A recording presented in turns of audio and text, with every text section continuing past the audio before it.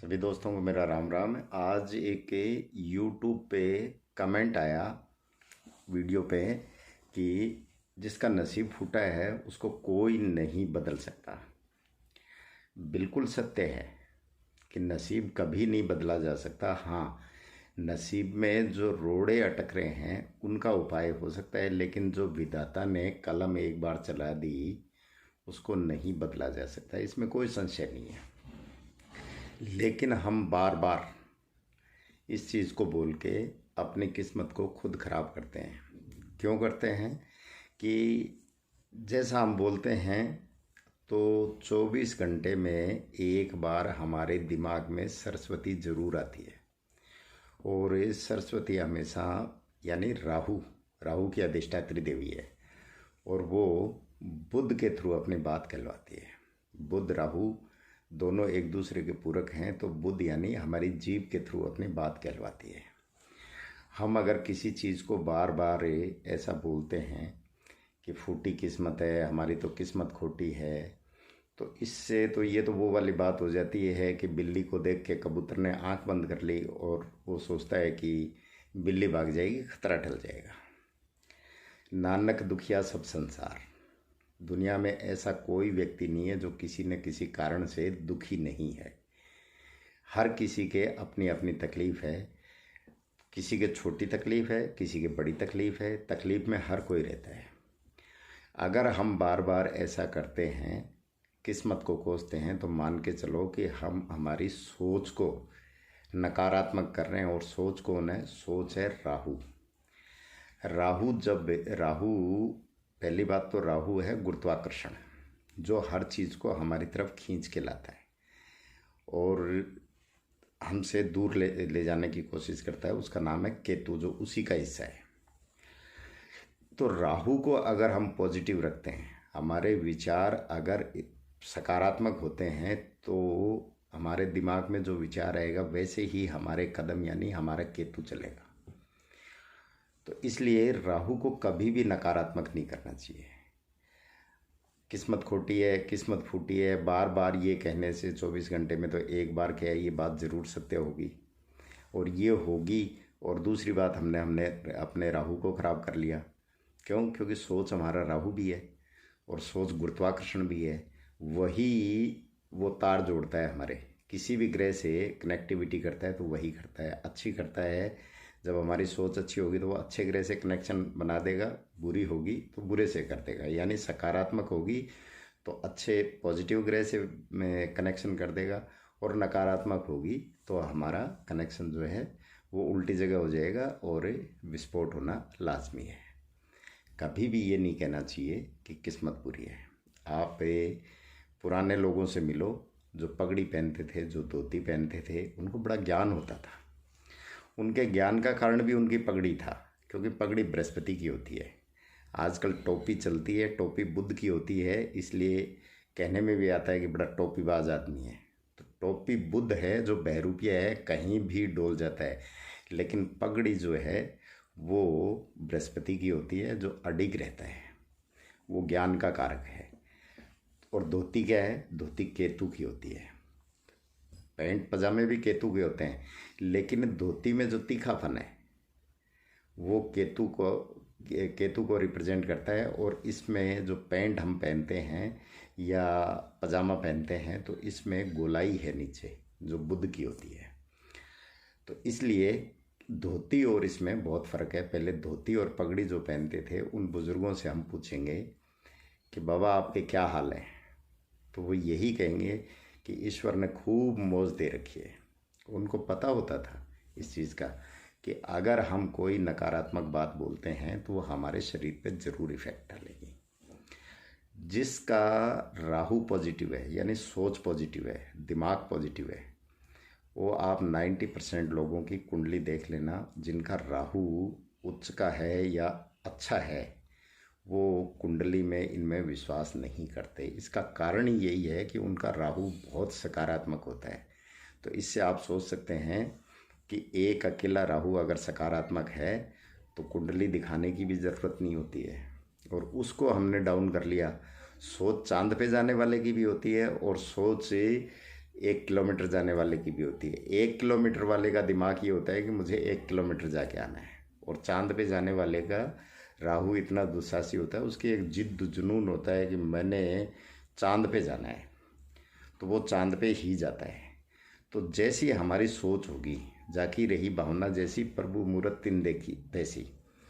तो हम जैसे सोच बना लेंगे, तो राहु जो छप्पर फाड़ के देता है, राहु जो तारे उसको कौन मारे, ये कहावतें सिर्फ इसीलिए बनी है कि जिसकी सोच सकारात्मक हो गई और जिसने ये सोच लिया कि मुझे ये करना है। पत्थरों में हम भगवान ढूंढते हैं तो हमें वैसे ही नज़र आते हैं, हमें सपनों में दर्शन देते हैं, क्योंकि हमारी सोच होती है वो। हमने शिव जी को देखा, हमने हनुमान जी को देखा, हमने देवी को देखा। हमारी सोच उस प्रारूप के प्रति समर्पित है तो वही प्रारूप हमारे सामने आता है। तो हम इससे ये कह सकते हैं कि हम अगर हमारे सोच में एक ब्रांडेड सोच रखेंगे तो हमारा राहु हमेशा ही हमें ब्रांडेड चीज़ देगा। और ज़्यादा रोने धोने से कुछ नहीं होता है, लोग सिर्फ तमाशा देखते हैं और कुछ नहीं। चोट अगर आपके उंगली के लगी है तो जितना दर्द आपको हो रहा है वो सामने वाले को नहीं होगा। वो सिर्फ इतना बोल सकता है कि भाई बहुत बुरा हुआ, लेकिन जो हकीकत का दर्द है वो जिसके उंगली के लगी है वो जानता है। तो इसलिए लोगों को सुनाने से, फूटी किस्मत कहने से कभी किस्मत नहीं बदलती। अपनी सोच को हमेशा सकारात्मक रखो, इससे आपका राहु कभी डाउन नहीं होता। आपको राहु का उपाय करने की ज़रूरत ही नहीं पड़ेगी। राहु का सबसे बेहतरीन उपाय है कि आप अपनी सोच को पॉजिटिव रखो।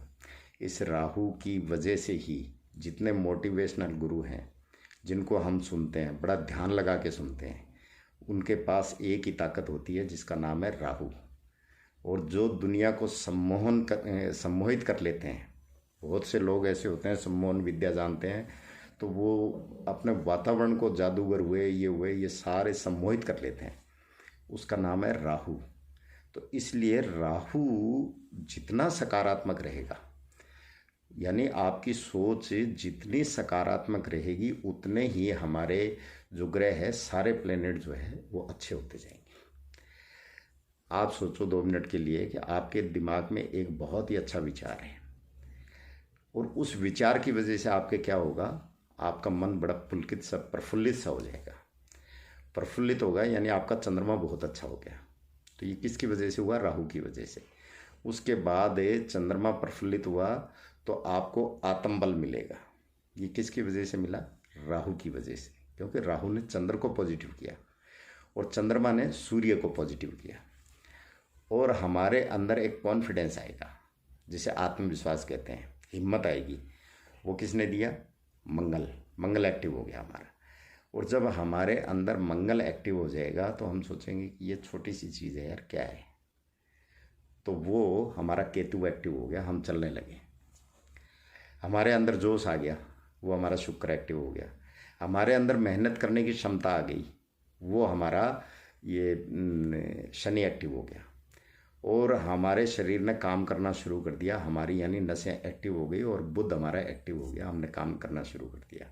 तो एक अकेला राहु सब ग्रहों को इस तरीके से अच्छा रखता है। कोई न कोई ज्ञान आया होगा, विचार आया होगा, तो वो हमारा अच्छा विचार है, हमारे बृहस्पति को एक्टिव कर देता है। और अच्छा बृहस्पति कहाँ लेके जाएगा? बृहस्पति के अकॉर्डिंग ही केतु चलता है, क्योंकि जैसा आपका ज्ञान होगा वैसे ही आपके पैर जाएंगे।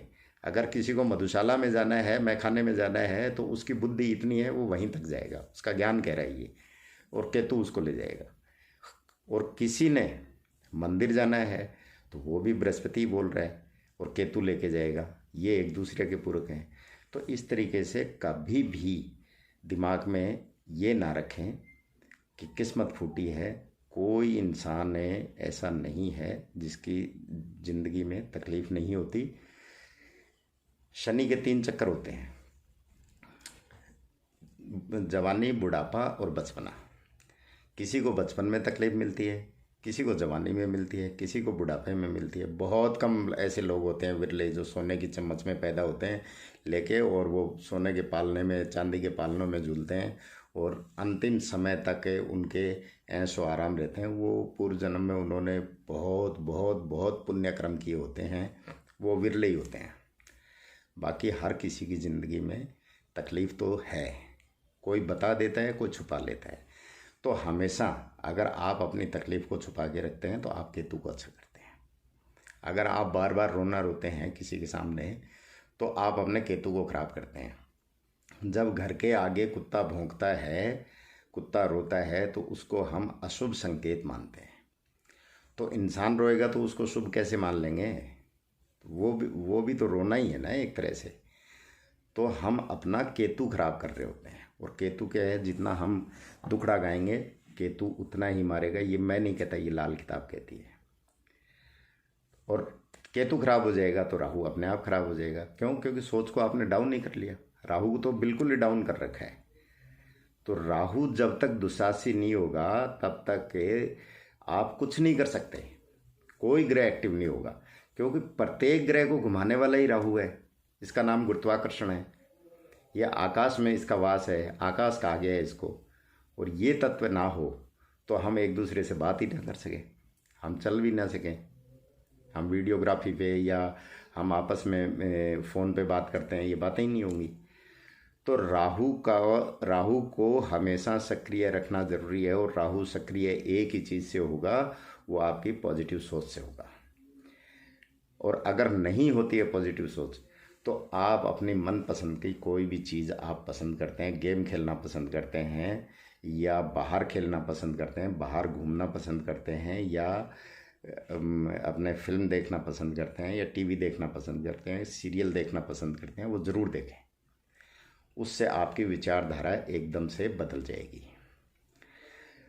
मान लो आपके टॉयलेट की इच्छा हो रही है, पेशाब की इच्छा हो रही है बहुत ज़बरदस्त, और आपने दिमाग में सोच लिया कि अब रुका नहीं जा रहा, तो वो आपको नहीं रुक सकते आप 1 मिनट के लिए भी।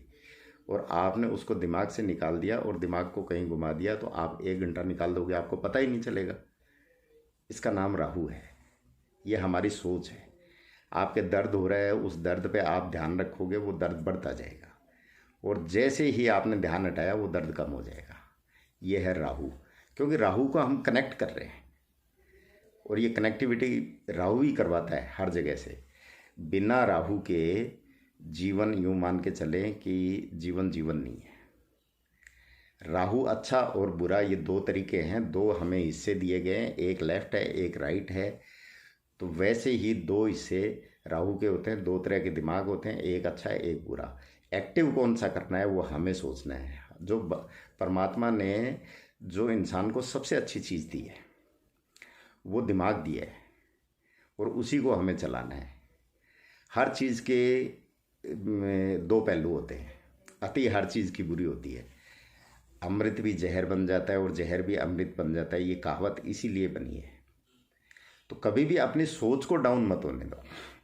आप कोई भी उपाय करोगे, आप कोई भी उपाय करते हो, सौंफ, धनिया, साबुन, राई, मिर्च कुछ भी कहीं चढ़ा के आते हो या देते हो, जल प्रवाह करते हो, तो आपकी एक सोच होती है, एक सकारात्मक सोच होती है कि मैंने आज ये उपाय किया है तो मेरा फ़ायदा होगा। और आपकी साइकोलॉजी बदल जाती है। साइकोलॉजी बदलती है तो आपके कदम ऑटोमेटिक वहाँ जाते हैं और आपका काम होता है। हम मंदिर में जाते हैं, वहाँ साक्षात भगवान बैठा है, ये मैंने तो कभी देखा नहीं, लेकिन हाँ वहाँ भगवान है। भगवान कौन है? भगवान पंचतत्व को ही बोलते हैं।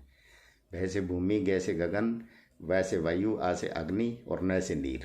ये पंचतत्व हमारे शरीर में होते हैं। भगवान भगवान भगवान करते रहो, हमारे शरीर में पंचतत्व पूरे हो जाते हैं। तो वहाँ मंदिर में जाते हैं लोग, तो वहाँ एक आस्था लेके जाते हैं कि मैं बाबा हनुमान जी के दरबार में आया हूँ या माता जी के दरबार में आया हूँ या शिव जी के दरबार में आया हूँ तो मेरी ये मनोकामना पूरी होगी।